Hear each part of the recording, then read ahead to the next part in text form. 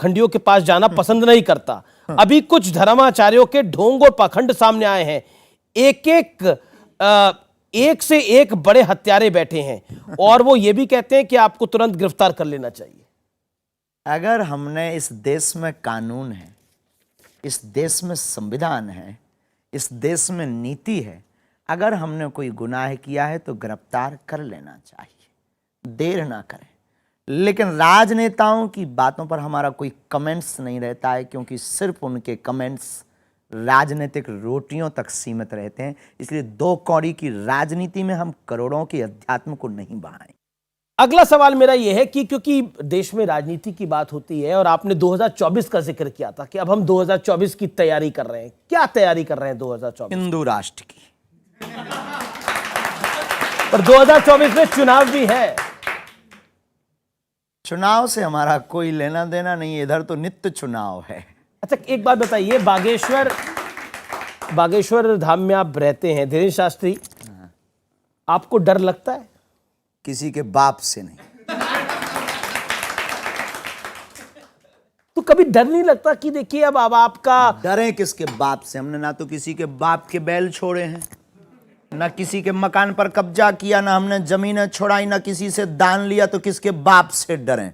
हम बांटने बैठे हैं तो सिर्फ हनुमान जी से डरते हैं, पाप से डरते हैं। हमारे द्वारा कोई ऐसा कृत्य ना हो जाए जिससे धर्म को नीचे देखना पड़े, इससे डर लगता है। लेकिन एक विषय है जो कि बहुत महत्वपूर्ण है और यह विषय मेरे दिल के भी बड़ा करीब है और मैं इस पर सवाल आपसे पूछना चाहता हूं। रामचरितमानस को लेकर बहुत सारी बयानबाजी हुई।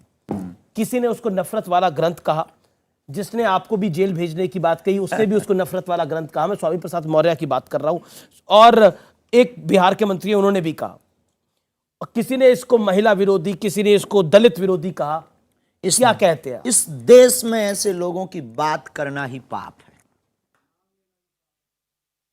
राम के देश में राम के विरोधी की बात करना सीधी सी बात है कि उसको बार बार प्रोड्यूस करना है और बार बार उसको आगे अप्रोच करना है। ऐसे व्यक्ति के बारे में ना तो सोचना चाहिए ना बात करनी चाहिए। हरिहर निंदा सुने जो काना, हो ही पाप गौ घात समाना। माता पिता भगवान शिव भगवान विष्णु की निंदा करने वाले व्यक्ति को सुनना और उसको देखना गो हत्या बराबर पाप है।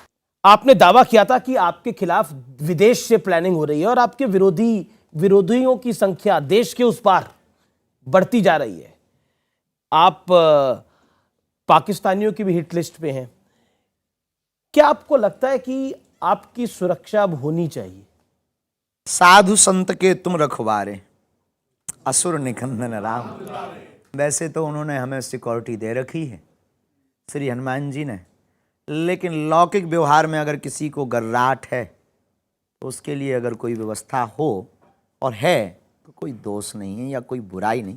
सबको डर। देखो, इस देश में कल तक हम कथा कर रहे थे, दरबार लगा रहे थे, कभी बात नहीं उठी। जब से पुरजोर तरीके से कन्वर्जन को रोका तब से लोगों को जलन हुई, तब से नए नए प्लान। एक लॉबी आपके खिलाफ है पूरी। प्लांटेड लोगों का आना, प्लांटेड दरबार में चिल्लाना। अभी कुछ दिन पहले एक प्लांटेड व्यक्ति का पोल खोला दरबार में ही, वो 20 दरबार में चिल्ला पड़ा। धाम पे भी प्लांटेड लोग आना, फिर ये एक छोटा सा विवाद बहुत बड़ा बना देना। ये सिर्फ और सिर्फ बागेश्वर धाम के जो सेवक हैं जी, उनको गिराने का एक बहुत बड़ा षड्यंत्र चल रहा। क्योंकि जो करोड़ों रुपए धर्म परिवर्तन कराने में खर्च कर सकते हैं तो वो धीरेन्द्र कृष्ण के ऊपर क्यों नहीं कर सकते?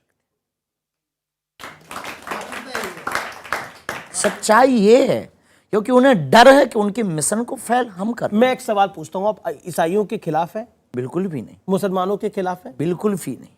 तो सारी घर वापसी तो वहीं से हो रही है। फिर वही बात, धर्म परिवर्तन वो कराएं, हम तो घर वापसी करवा रहे हैं। चलिए, अगला राउंड और ये आखिरी राउंड भी है और इस राउंड में मैं आपको कुछ तस्वीरें दिखाऊंगा और आपकी प्रतिक्रिया उस पर लूंगा। इस राउंड की शुरुआत करते हैं और पहली तो तस्वीर आ रही है, आपका वाकई दिल खुश हो जाएगा और आप अपनी गद्दी से भी खड़े हो जाएंगे। जो तस्वीर मैं दिखाने जा रहा हूं, वाकई मैं कह रहा हूं, कोई बात है तो हम खड़े भी हो जाएं। जी, ये तस्वीर आप देख सकते हैं स्क्रीन के पीछे। वाह, जय हो। जगत गुरु राम भद्राचार्य जी। पूज्य गुरुदेव भगवान है ये हमारे, उन्हीं की कृपा है। जय हो गुरुदेव भगवान की। तो क्या कहना चाहते हैं आप गुरु जी के बारे में अपने?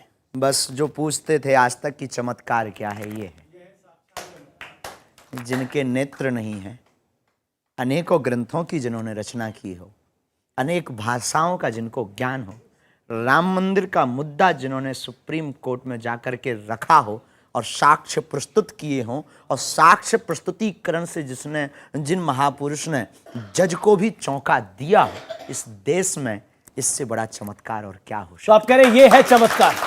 ये भारत के जो लोग हमसे अब तक पूछते थे कि चमत्कार क्या है, उनको हमारे पास आने के पहले हमारे गुरुजी के बारे में समझ लेना चाहिए। पूज्य जगत गुरु भगवान तुलसी पीठ वाले। अगली तस्वीर जो है देखते हैं कौन सी आ रही है, मुझे भी नहीं पता है। ये राहुल गांधी जी की।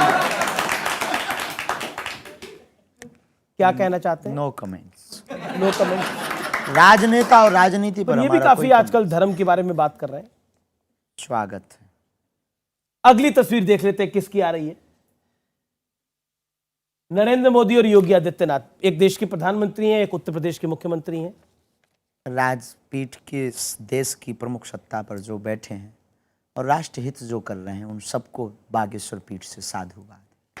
अगली तो कुछ कहना, आप प्रधानमंत्री मोदी जैसा काम कर रहे हैं, उस पर आप कुछ प्रतिक्रिया करना चाहते हैं? योगी आदित्यनाथ कुछ काम कर रहे हैं, किसी पर क्या कहेंगे? जो कर रहे हैं सब हमारे लिए, तो सब जो भी कर रहे हैं सब बढ़िया है।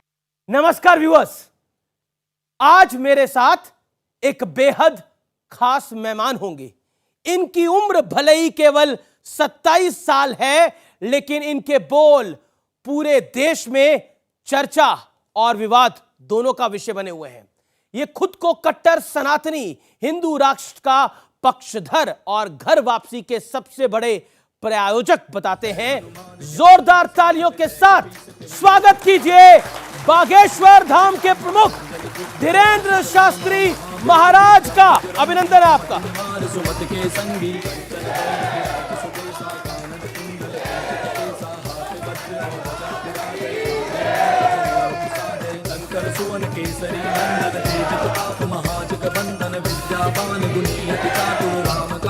अभिनंदन है आपका।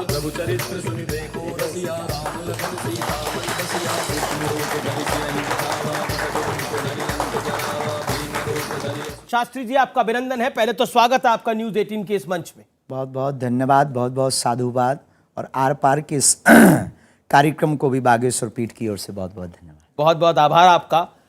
लेकिन आपकी जबरदस्त फैन फॉलोइंग है। मैं युवाओं के हिसाब से अगर पूछूं तो जबरदस्त फैन फॉलोइंग है। आपका बड़ा क्रेज है। इतना क्रेज तो बॉलीवुड एक्टर्स का भी नहीं होता। लेकिन आज मैं आपसे एक सवाल पूछना चाहता हूं कि आपकी इस फैन फॉलोइंग का बड़ा राज क्या है? आप जादूगर हैं, चमत्कार दिखाने वाले हैं, आखिर